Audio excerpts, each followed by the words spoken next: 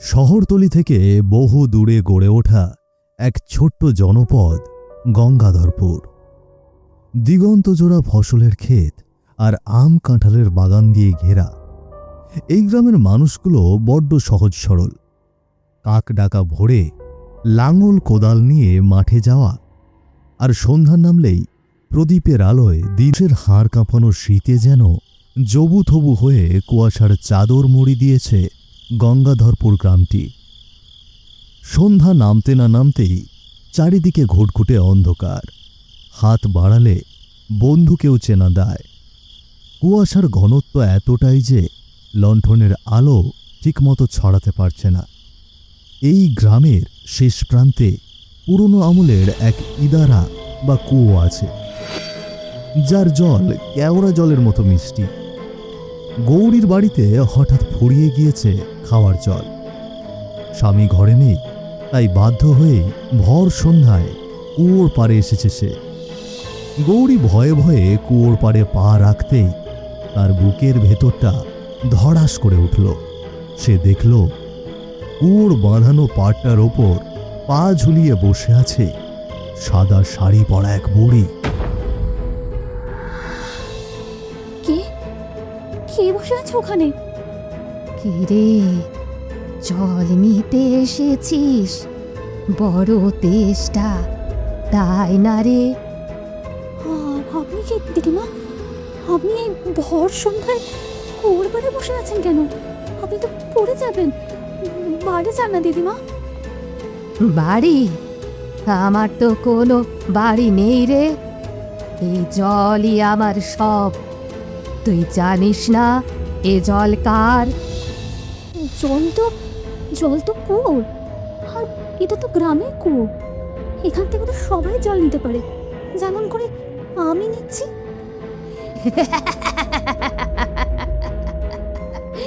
জল নিবি? জল? আমায় এক ফোঁটা জল দিলি না তোরা কেউ, আর এখন নিজে জল গিলতে এসেছিস? আমি তো আপনাকে চিনি না দিদিমা। আমাকে কেন এসব বলছেন? আমি একটু জল নিয়েই চলে যাব। না, এ জল কেউ পাবে না।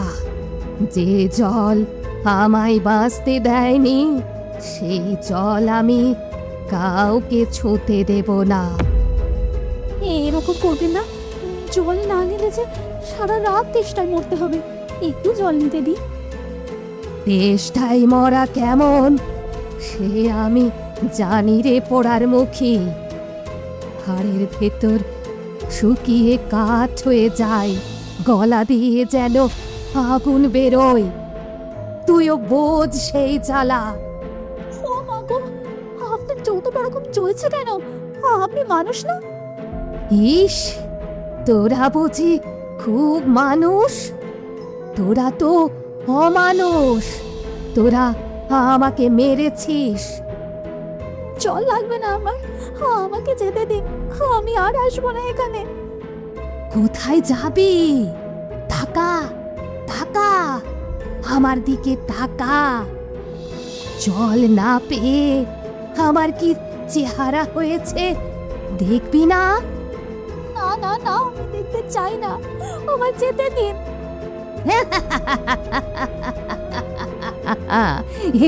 বাড়ি ফিরে কি করবি? আজ তোকে এই কুয়োর জলে ডুবিয়ে মারবো।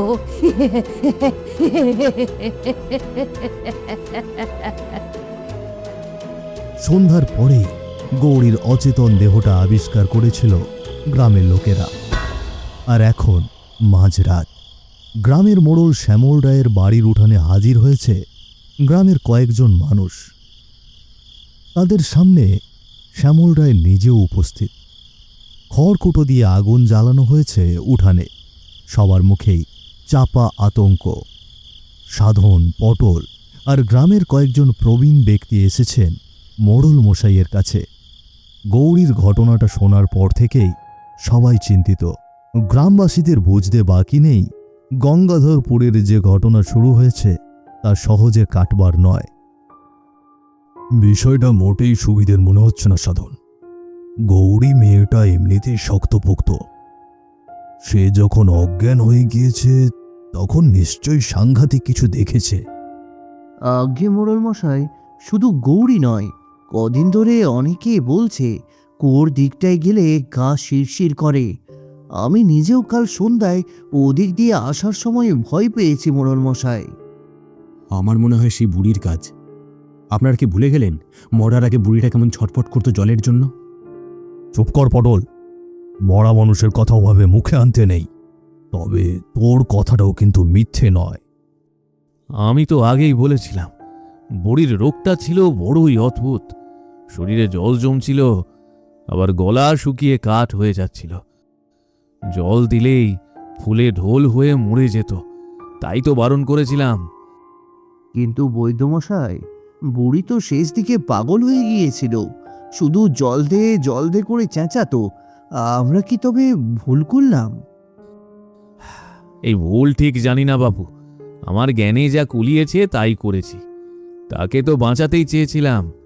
জল দিলে সে অনেক আগেই মারা যেত, কিন্তু কে জানতো মরে গিয়ে সে কুয়ো দখল করে বসবে। ওরে বাবা, তার মানে বুড়ি সত্যি প্রেতাত্মা হয়ে ফিরে এসেছে। এখন আমাদের কি হবে? ওই একটাই তো বিশুদ্ধ জলের কুয়ো রয়েছে এই গ্রামে। ভয় পেলে চলবে না, কালকেই এর একটা ব্যবস্থা করতে হবে। ওই কুয়োর জল আর কেউ ছোঁবে না আপাতত। কিন্তু মোড়ল মশাই, জল ছাড়া গ্রাম চলবে কি করে? নদী তো অনেক দূর। সেটাই তো ভাবছি। তবে কি নতুন কুয়ো খুঁড়তে হবে? কিন্তু এই শীতে মাটি খোঁড়াখুঁড়ি তো মুশকিলের ব্যাপার। নতুন কুয়ো ছাড়া গতি নেই মোড়ল। ওই বুড়ি যাকে ধরেছে তাকে সহজে ছাড়বে বলে মনে হয় না। ছাড়ার মতো হলে তো আর কুয়ো ধরে বসে থাকতো না। ওটা সাধারণ ভূত নয়, অতৃপ্ত আত্মা। ওরে বাবা, ওই দেখুন, আগুনটা কেমন নিভে আসছে। বুড়ির প্রেতাত্মা কি তবে এখানেও এলো? তুই চুপ কর তো পটল, সব সময় অলুক্ষণে কথা শুধু।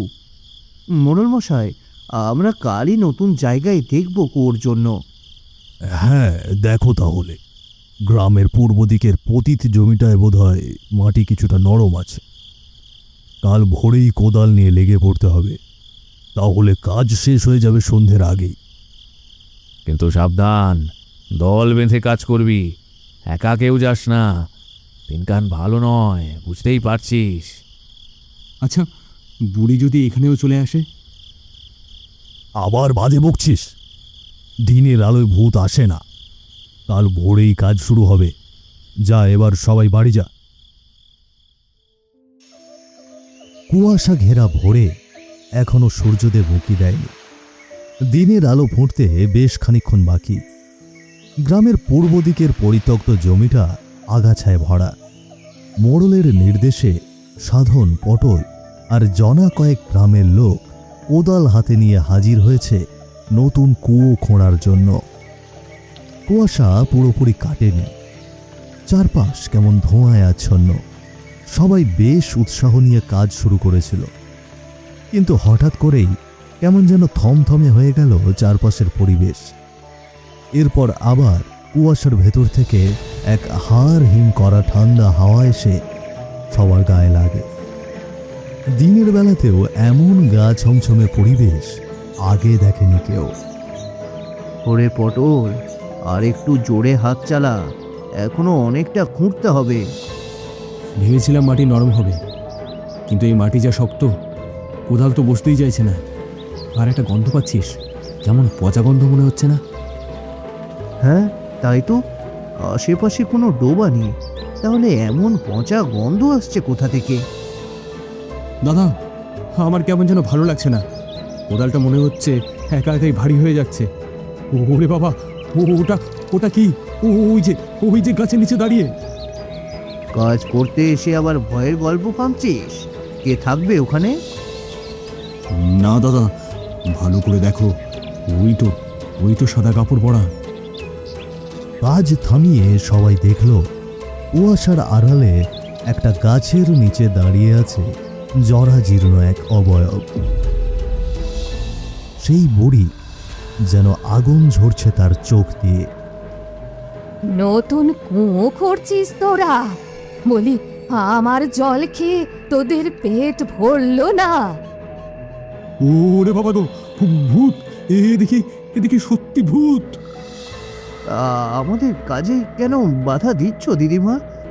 আমরা তো এই কুয়ো তোমার কাছে প্রায় ছেড়েই দিয়েছি। নতুন একটা কুয়ো করছি, তাও দেবে না? না, দেব না।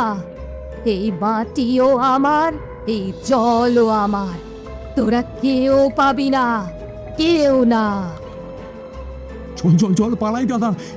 এই জিনিস সাধারণ কিছু নয়। কোথায় পালাবি?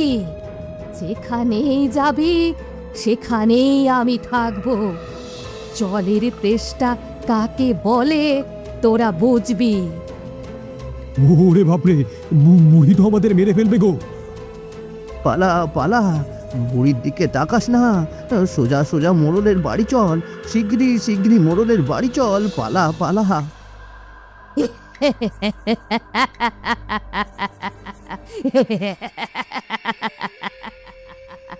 যা যা, গিয়ে বল তোদের মোড়লকে গঙ্গাধরপুরে আর এক ফোঁটা জলও উঠবে না।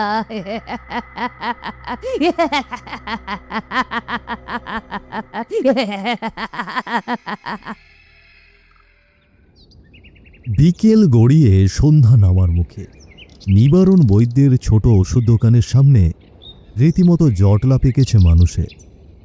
শ্যামল রায় নিজেও চিন্তিত মুখে দাঁড়িয়ে আছেন নিবারণের সামনে। তার সাথে রয়েছে সাধন, পটল আর গ্রামের আরও কয়েকজন। তাদের চোখে মুখে এখনও ভোরের সেই আতঙ্কের ছাপ স্পষ্ট। প্রাণ নিয়ে কোনো মতে পালিয়ে আসতে হয়েছে সবাইকে। পুরো গ্রাম এখন জলহীন। আর তার চেয়েও বড় কথা, এক অজানা আতঙ্ক গ্রাস করেছে সবাইকে। বৈজ্ঞানিক ব্যাখ্যা যেখানে হার মানে, সেখানেই শুরু হয় অলৌকিকের রাজত্ব। এই সত্যটা এখন হারে হারে টের পাচ্ছে সবাই। নিবারণ বৈদ্যের কাছে আসার একমাত্র কারণ হল উপদেশ নেওয়া। বৈদ্যমশাই জ্ঞানী মানুষ, নিশ্চয়ই কোনো না কোনো উপায় বের করবে। এখন উপায় কি হবে বৈদ্যমশাই? নতুন কুয়ো তো দূর, গ্রামের মানুষ ভয়ে ঘর থেকে বেরোতেই চাইছে না। আমি তো বুঝতেই পারছি না মোড়ল। আমার দৌড় কেবল রোগী আর ওষুধ পর্যন্ত। ডাক্তারি শাস্ত্রে তো এসবের কোনো ব্যাখ্যাই নেই। আপনি তো বলেছিলেন বুড়ি মরে বেঁচেছে। এখন তো দেখছি বুড়ি মরার পর আমাদের মেরে তবেই ছাড়বে। আমার তো মনে হচ্ছে এখন আমার ঘাড়ের কাছে এসে বসে আছে ওই বুড়ি। আমি আর ওই জমিতে যাব না বাপু। ওই থাম তো পটলা, এখন কাজের কথা ভাবতে দে। বৈদ্য, তোমার কি মনে হয় এর কি কোনো উত্তর বা সমাধান নেই? বৈদ্যের কাজ এটা নয় মোড়ল। আমি না হয় শরীরের চিকিৎসা করতে পারি, কিন্তু আত্মার চিকিৎসা আমার কর্ম নয়। তবে কি আমরা সবাই তেষ্টায় মরব? ঘরে ঘরে বাচ্চারা জলের জন্য কাঁদছে। আরে সব দোষ ওই বৈদ্য মশাইয়ের। উনি তো বুড়িকে জল দিতে বারণ করেছিলেন। সেই আগেই বুড়ি এখন আমাদের উপর চটেছে। আরে আমি কি শখ করে বারণ করেছিলাম? জল যে বুড়ির শরীরের জন্য বিষ ছিল রে, তাকে তো বাঁচাতেই চেয়েছিলাম আমি। এখন দোষাদোষি করে লাভ নেই, আমাদের অন্য পথ দেখতে হবে। বৈদ্য, তুমি তো অনেক খোঁজ খবর রাখো, কোনো গুনিন টুনিনের সন্ধান জানো? হ্যাঁ, একজন আছেন বটে, বিশ্বনাথ গুনিন। তিনি শ্মশানে থাকেন, তন্ত্রমন্ত্র করেন, খুব নামডাক। একমাত্র তিনিই হয়তো এই বিপদ থেকে আমাদের উদ্ধার করতে পারবেন। তিনি কি ভূত তাড়াতে পারবেন? বুড়িকে কি একেবারে বোতলে ভরে ফেলবেন? বিশ্বনাথ গুনিন কোনো সাধারণ ওঝা নয়, আত্মার ভাষা বোঝেন তিনি। হয়তো তিনি বলতে পারবেন বুড়িকে কিভাবে শান্ত করা সম্ভব। তবে আর দেরি কেন? তুমি এখনই যাও বৈদ্য, আজ রাতেই তাকে নিয়ে এসো। খরচা যা লাগে আমি দেব। হ্যাঁ হ্যাঁ, এখনই যান। আজ রাতটা যদি আমরা জল ছাড়া কাটাই, তাহলে কাল সকালে হয়তো গ্রামে আর কাউকে জ্যান্ত পাওয়া যাবে না। ঠিক আছে, আমি এখনই বেরোচ্ছি। বটতলায় তার আখড়া। আপনি একা যাবেন বৈদ্যমশাই? পাপ যখন আমার কাঁধেই চাপিয়েছিস তোরা, তখন এইটুকু ঝুঁকি তো নিতেই হবে। দেখি বুড়ির আত্মাকে শান্ত করা যায় কিনা। শ্মশানের ধারের প্রাচীন বটগাছটার নিচে যেন তৈরি হয়েছে অন্ধকারের স্তূপ। সেই সাথে কুয়াশা আর ধূপের ধোঁয়ায় চারিদিকে আচ্ছন্ন। গাছের নিচে বসে ধ্যানের ভঙ্গিতে রয়েছেন বিশ্বনাথ গুণিন, আর তার সামনে জড়সড় হয়ে দাঁড়িয়ে আছেন নিবারণ বৈদ্য। শীতের সন্ধ্যা হলেও বাতাস সেখানে ভারী, কিছুটা উষ্ণতা রয়েছে যেন। সেটা গুণিনের ক্ষমতার জোরে নাকি অন্য কোনো ব্যাপার, তা বুঝতে পারল না নিবারণ বৈদ্য। মাঝে মাঝে দূর থেকে ভেসে আসছে শেয়ালের ডাক। গুণিন একটু আগে চোখ বন্ধ রাখলেও মনে হচ্ছে নিবারণের উপস্থিতি টের পেয়েই চোখ দুটো খুলেছেন তিনি। আমি নিবারণ, গঙ্গাধরপুর থেকে এসেছি। বড় বিপদে পড়ে আপনার শরণাপন্ন হলাম। আমি জানি তুই কেন এসেছিস। জলের হাহাকার, তাই তো? আপনি আপনি সব জানেন? আমাদের গ্রামে এক বুড়ির প্রেতাত্মা। ওটা অতৃপ্ত প্রেতাত্মা। তুই বুঝে শুনে চিকিৎসা করেছিলি ঠিকই, কিন্তু সে শান্তিতে মরতে পারেনি। আমি তো তার ভালোই চেয়েছিলাম, বুড়ি সেটা বোঝেনি। এত জটিল ব্যাপার বোঝার কথাও নয়, কিন্তু এখন সে পুরো গ্রামকে শাস্তি দিচ্ছে। বিজ্ঞান শরীরের কথা ভাবে, কিন্তু মন কি বিজ্ঞানের ধার ধারে? মৃত্যুর সময় যে তৃষ্ণা ছিল, সেটা তাকে মরার পরেও তাড়িয়ে বেড়াচ্ছে। এখন উপায় কি তাহলে? গ্রামের মানুষ ভয়ে মরছে, বাচ্চারা জল পাচ্ছে না। আপনি আমাদের রক্ষা করুন। তার যেটা পাওনা ছিল সেটা তাকে বুঝিয়ে দিতে হবে। আজ মধ্যরাতে কুয়ার পাড়ে যাবি আমার সাথে, আর সাথে নিতে হবে 1 ঘটি জল। জল? কিন্তু জলের জন্যই তো বুড়ি ক্ষেপে যায়। সাধারণ জল আর মন্ত্রপুত জলের মধ্যে অনেক তফাৎ। ভয় নেই, আজ রাতেই ফয়সালা হবে। মধ্যরাতের নিস্তব্ধতা গ্রাস করেছে গঙ্গাধরপুরকে। কুয়াশা আজ আরও বেশি ঘন, যেন চাইলেই স্পর্শ করা যায় হাত দিয়ে। সেই ঘন কুয়াশা ভেদ করে কুয়োর পাড়ে এসে দাঁড়িয়েছে বিশ্বনাথ গুণিন আর নিবারণ বৈদ্য। গুণিনের হাতে 1 ঘটি মন্ত্রপুত জল, নিবারণের হাতে লণ্ঠন। শীতে ঠকঠক করে কাঁপছেন তিনি, কিন্তু বিশ্বনাথ গুণিনের কোনো বিকার নেই। কুয়োর জল স্থির, অথচ কুয়োর ভেতর থেকে ভেসে আসছে এক অদ্ভুত আওয়াজ, যেন ফুঁপিয়ে ফুঁপিয়ে কাঁদছে কেউ। হঠাৎ কুয়োর ভেতর জলের মধ্যে শুরু হয় তোলপাড়। ঝটকা বাতাস এসে কাঁপিয়ে দিয়ে যায় নিবারণ বৈদ্যকে। কুয়োর পাড়ে ভয়ালো রূপে উদয় হলো সেই বুড়ির প্রেতাত্মা।